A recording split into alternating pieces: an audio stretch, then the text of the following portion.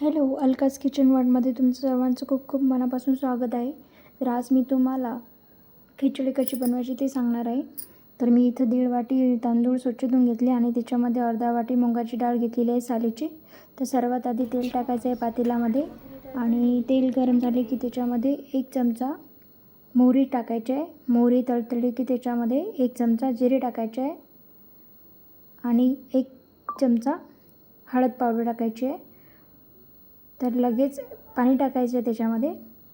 इथे मी साधारण 2.5 ग्लास पाणी टाकून घेतलेलं आहे. तर याला आता उकळी येऊ द्यायची आहे. उकळी आल्यानंतर त्याच्यामध्ये स्वच्छ धुतलेले तांदूळ टाकायचे आहे, तांदूळ आणि डाळ.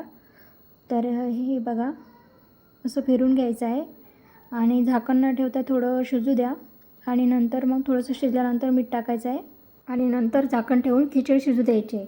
तर बघा एका पॅनमध्ये मी तेल घेतलेलं आहे. तेल गरम झालं की त्याच्यामध्ये लसूणची पेस्ट टाकायची 1-2 चमचा.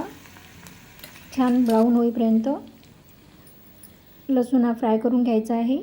खिचडीवर छान लागतो हा फ्राय केलेला लसूण. तर तुम्ही याच्यामध्ये वाळलेली लाल मिरची पण टाकू शकता, तिखट हवं असेल तर. लसूणचा मस्त खमंग वास येत आहे. तर तुम्हाला जेवण बनवायचा कंटाळा आला असेल तर बनवा लगेच झटपट खिचडी. तर बघा गरमागरम खिचडी तयार आहे. तर खिचडीवर असा लसूण टाकून घ्यायचा आहे. छान टेस्ट लागते, एकदा नक्की ट्राय करा. तर तुम्हाला खिचडीची रेसिपी कशी वाटली नक्की कमेंट करून सांगा. आवडलं असेल तर लाईक करा, शेअर करा, सबस्क्राईब करा. धन्यवाद.